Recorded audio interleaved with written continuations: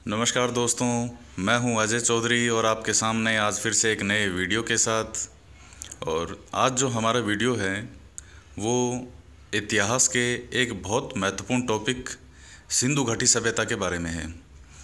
देखिए, मैं इसके अतिरिक्त ऐसा नहीं है कि अभी जैसे हिस्ट्री शुरू किया है तो सबसे पहले हिस्ट्री को ही पूरा करूँगा। ये एक महत्वपूर्ण टॉपिक था जिसको अभी पूरा कराऊँगा मैं, और इसके बाद में जो भी टॉपिक मुझे महत्वपूर्ण लगेगा हर सब्जेक्ट का, चाहे वो जियोग्राफी हो, चाहे लोक प्रशासन हो, चाहे दर्शन शास्त्र हो, चाहे समाज शास्त्र हो, चाहे अर्थशास्त्र हो, उनके टॉपिक्स मैं आपके सामने रखता रहूँगा। तो अभी हम बात करते हैं सिंधु घाटी सभ्यता के बारे में। और यह सभ्यता के जो क्वेश्चन हैं वो हर कंपटीशन एग्ज़ाम के लिए महत्वपूर्ण है। जो आरएस और एसआई के एग्ज़ाम की तैयारी करने वाले हैं और बाकी भी जो राजस्थान के कंपटीशन की तैयारी कर रहे हैं वो सभी भी इस वीडियो को ज़रूर देखें। ये सभी के लिए समान रूप से उपयोगी है और इन पर मैं अब दोबारा वीडियो नहीं बनाऊंगा कि जैसे एसआई का एग्ज़ाम है तो उसके लिए फिर से सिंधु घाटी सभ्यता का वीडियो बनाऊंगा, या आरएस का एग्ज़ाम है तो दोबारा सिंधु घाटी सभ्यता का वीडियो बनाऊंगा इसमें, क्योंकि जो फैक्ट है वो कभी चेंज नहीं होते, तो हर कॉम्पिटिशन के लिए महत्वपूर्ण है। तो हम बात करते हैं सिंधु घाटी सभ्यता के बारे में। देखिए, जो सिंधु घाटी सभ्यता है वो उसका सर्वोच्च समय माना जाता है 2250 ईसा पूर्व से 1750 ईसा पूर्व, यानी 1750 ईसा पूर्व तक ये इस सिंधु घाटी सभ्यता का सर्वोच्च उन्नति का समय माना जाता है। बाकी इससे पहले भी सभ्यता थी, ये 3400 से 2600 तक का जो काल है बीसी का, फिर उसके बाद ये है, तो ये एक बेस्ट टाइम माना जाता है। और सिंधु घाटी सभ्यता को ही हड़प्पा सभ्यता कहा जाता है और कांस्य युगीन सभ्यता भी कहते हैं इसे। हड़प्पा सभ्यता और सिंधु घाटी सभ्यता क्यों कहा जाता है? क्योंकि यह जो सभ्यता है ये सिंधु नदी के किनारे विकसित हुई थी। ये जो सिंधु नदी बहेगी, सिंधु नदी के किनारे विकसित होने के कारण इस सभ्यता को सिंधु घाटी सभ्यता कहा जाता है। फिर आता है कि यह हड़प्पा सभ्यता क्यों कहा जाता है? क्योंकि इसी का नाम है हड़प्पा सभ्यता। तो हड़प्पा सभ्यता इसे इसलिए कहा जाता है क्योंकि सबसे पहले जो खोज हुई, जिस स्थान की खोज हुई इस सभ्यता के दौरान, वो स्थान क्या था? हड़प्पा, जो कि आज का जो पाकिस्तान का पंजाब है उसके पंजाब में है, रावी नदी के तट पे।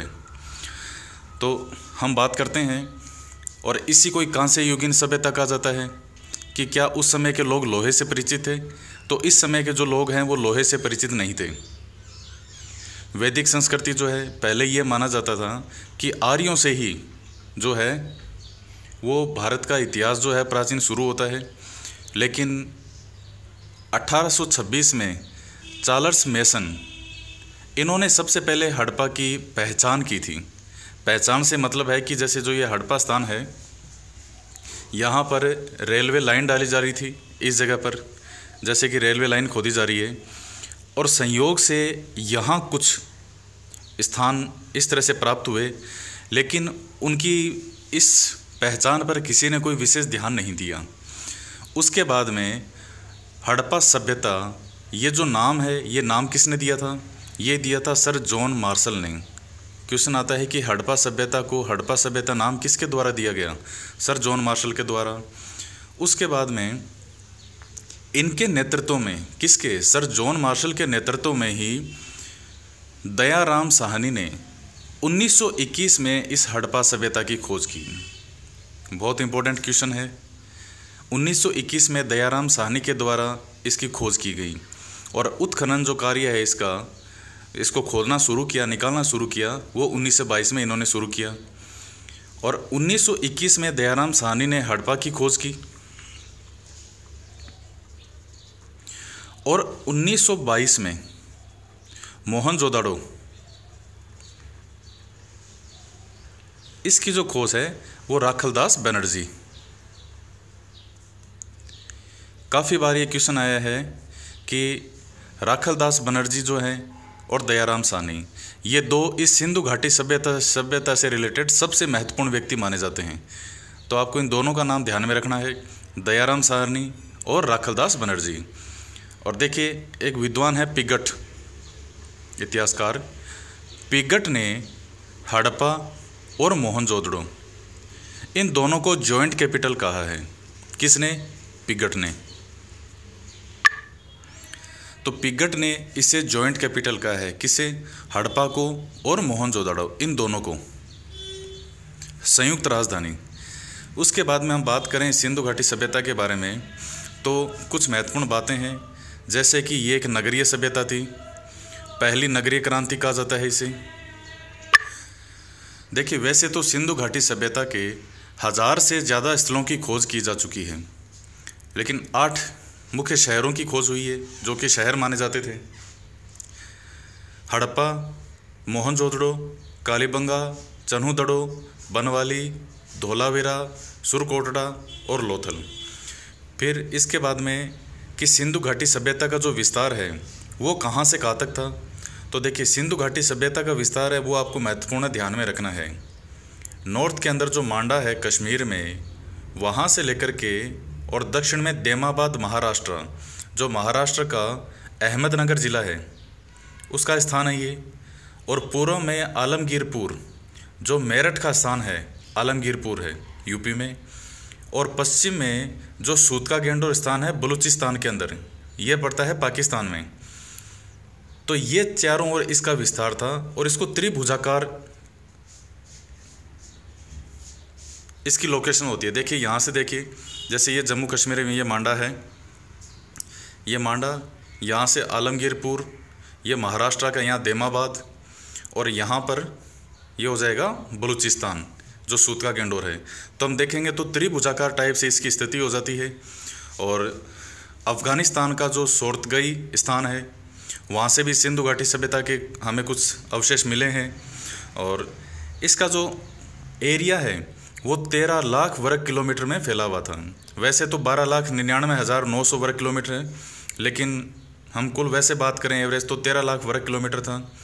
और नॉर्थ से साउथ की जो इसकी लंबाई है वो थी 1400 किलोमीटर, और पश्चिम से पूर्व की जो है वो थी 1600 किलोमीटर। ये कुछ फैक्ट हैं, ये आप ध्यान में रखें। अब हम इसके बारे में बात करेंगे कि कई बार काफ़ी महत्वपूर्ण क्वेश्चन ये आता है कि कौन सा स्थान पाकिस्तान में है और कौन सा स्थान भारत में है। तो देखिए, इसमें सबसे पहले हम बात करते हैं कि मांडा कहाँ पे है, कश्मीर में है। जो भी रेड कलर के मार्कर से लिखा हुआ है वो सारे स्थान हिंदुस्तान में है, और ब्लैक कलर से जो भी यहाँ लिखे हुए हैं वो सब के सब वर्तमान पाकिस्तान में हैं। तो थोड़ा एक नज़र इनको देखिए। मांडा कहाँ है? ये है कश्मीर में, भारत में। रोपड़ जो है वो है पंजाब के अंदर, सतलज नदी के किनारे। और मांडा कौन सी नदी के किनारे है? ये चिनाब नदी के किनारे है। उसके पश्चात है बनवाली। बनवाली कहाँ है? हरियाणा में है। कालीबंगा एक बहुत महत्वपूर्ण स्थल है, हनुमानगढ़ में है, राजस्थान में। राखीगढ़ी हरियाणा में है। और आलमगीरपुर ये है यूपी के अंदर, मेरठ में। इसके बाद में हम बात करते हैं कि सबसे ज़्यादा जो सिंधु घाटी सभ्यता के स्थल हैं वो हमें कहाँ पर मिले हैं। तो वो हमें मिले हैं गुजरात में। पूरी सिंधु घाटी सभ्यता के सबसे ज़्यादा स्थल अगर पाए गए हैं तो गुजरात के अंदर पाए गए हैं। जब भारत आज़ाद हुआ 1947 में, तब यहाँ पर उत्खनन कार्य जो है वो ज़ोरों शोरों से शुरू किया गया गुजरात के अंदर। तो यहाँ के हम स्थानों के नाम देखेंगे। गुजरात के कई प्रमुख स्थान हैं, धोलावीरा, सुरकोटड़ा, लोथल, रंगपुर, और इसके अलावा जैसे रोजदी, दसलपुर, ये सब के सब जो स्थान हैं, ये संपूर्ण स्थान ये सारे के सारे गुजरात में हैं। और इनमें सबसे नया स्थल की खोज कौन से, जो नया शहर है उसकी खोज कौन सा शहर है वो, उसका नाम है धोलावीरा, जो कि गुजरात के अंदर है। 1991 में इसकी खोज की गई। और सबसे नया स्थान कौन सा है, सबसे नया स्थल कौन सा है, तो बालाथल उदयपुर के अंदर 1995 में। और उसके बाद है बुनाल, जो कि हरियाणा में 1997 में। तो ये कुछ नए स्थान हैं जिनकी खोज हुई। और इस पिछले समय के दौरान और भी बहुत सारे नए स्थान आ गए जिनके बारे में न्यूज़पेपर में आता रहता है कि इस बार यहाँ भी एक स्थल की खोज हुई है। तो इस प्रकार से काफ़ी स्थल के बारे में जो लगातार खोज होती है इस क्षेत्र में। और तो इस प्रकार ये जो है ये सिंधु घाटी सभ्यता के बारे में एक बड़ा ओवरव्यू था। और इसका जो नेक्स्ट वीडियो है उसमें मैं सिंधु घाटी सभ्यता के इन महत्वपूर्ण स्थानों के बारे में विशेष जानकारी दूंगा। जैसे मान लीजिए घोड़े की अस्थियां कहाँ मिली है, गोदीवाड़ा। जैसे मान लीजिए लोथल है, ये जो स्थान है यहाँ का लोथल, ये रहा। लोथल में गोदीवाड़ा मिला है। डेकयार्ड, गोदीवाड़ा से मतलब होता है छोटा बंदरगाह। तो इस प्रकार ये छोटी छोटी चीज़ें हैं। तो नेक्स्ट वीडियो में मैं इनके बारे में, छोटी छोटी चीज़ों के बारे में आपसे बात करूंगा कि मोहनजोदड़ो, हड़प्पा, कालीबंगा, धोलावीरा और चनूदड़ो, सुरकोटड़ा, इन सभी के बारे में जो महत्वपूर्ण बातें हैं, कौन सा व्यापार होता था, यहाँ की व्यवस्था कैसे थी, तो इसके बारे में मैं नेक्स्ट वीडियो के बारे में बात करूंगा मैं आपसे। नेक्स्ट वीडियो मिलेंगे हम। और देखिए, मैं वीडियो ज़्यादा बड़े इसलिए नहीं बनाता ताकि आपको देखने में, सेव करने में, बार बार डाउनलोड करने में कोई दिक्कत ना हो। तो मेरा आपको एक यही सुझाव रहेगा, एक अनुरोध रहेगा कि आप मेरे वीडियोज़ का अगर सच में लाभ उठाना चाहते हैं तो हर वीडियो को आप पूरा देखें, क्योंकि मेरे एक एक वीडियो के अंदर मैं जितना ज़्यादा से ज़्यादा समेट सकता हूँ और आपके एग्ज़ाम के ही अकॉर्डिंग, तो उतना ज़्यादा समेटने की कोशिश करता हूँ। इसलिए आपसे पुनः मेरी रिक्वेस्ट है कि हर वीडियो को पूरा देखें और बहुत ध्यान से देखें, क्योंकि एक एक वीडियो के 10-10 मिनट के वीडियो में भी आपको इनमें बहुत कुछ मिलेगा। और यही कारण है कि ज़्यादा बड़े वीडियो नहीं बनाता मैं, ताकि ज़्यादा लंबे देखने में प्रॉब्लम ना हो, इसलिए छोटे वीडियो बनाता हूँ। तो इसके अलावा जो नेक्स्ट वीडियो है मेरा, वो यहाँ के प्रमुख स्थानों के बारे में होगा। और तीसरा जो वीडियो होगा उसमें होगा टेस्ट पेपर। आप अपने आप को तैयार रखिएगा, प्रिपेयर रखिएगा। शुरू में टेस्ट पेपर लिखूंगा और लास्ट में आपको मैं उनके आंसर बताऊंगा। तो देखते हैं कि आप कितने क्वेश्चन सही करते हैं। जितने क्वेश्चन सही होते हैं उतना आपको नीचे लिखना है बॉक्स में, कमेंट बॉक्स में, कि हमारे इसमें से इतने क्वेश्चन सही हुए। तो उससे आपका खुद का मूल्यांकन होगा। तो इसी प्रकार से हम तैयारी करते जाएंगे और मिलते हैं हम नेक्स्ट वीडियो में। तब तक के लिए धन्यवाद।